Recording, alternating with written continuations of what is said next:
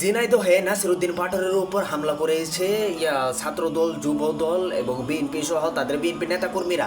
কিভাবে হামলা করেছে আপনাদেরকে তো শুরুতে দেখিয়েছে, পিস্তল সহ তারা নিয়ে গিয়েছিল। তারা হাদিকে হত্যা করেছে। এখন মনে করেন যে নাসিরউদ্দিন পাটোয়ারিকে তারা হত্যা করার জন্য তারা চক্রান্ত করছে। আজকে যে তার উপরে হামলা হয়েছে, এর যে কতটুকু খেসারত তাদেরকে দিতে হবে, কতটুকু খেসারত তাদেরকে গুনতে হবে। বিএনপি, তুমি হারে হারে টের পাইবা। বিএনপির এখন ভারতের রর সাথে হাত মিলিয়ে তারা কাজ করছে। তাদের একটাই টার্গেট হচ্ছে নাসিরউদ্দিন পাটোয়ারি, সার্জিস আলম, মানে কি জুলাই যোদ্ধাদেরকে শেষ করে দেওয়া, জুলাই স্পিরিটকে শেষ করে দেওয়া এবং শেখ হাসিনাকে পুনর্বাসন করা। তোমাদেরকে বলবো, তোমাদের এই স্বপ্ন কখনো পূরণ হবে না। আর কতটুকু মঙ্গুর যে তোমরা খাইবা, উইনারে কেমন মঙ্গুর যে তোমাদের হইব।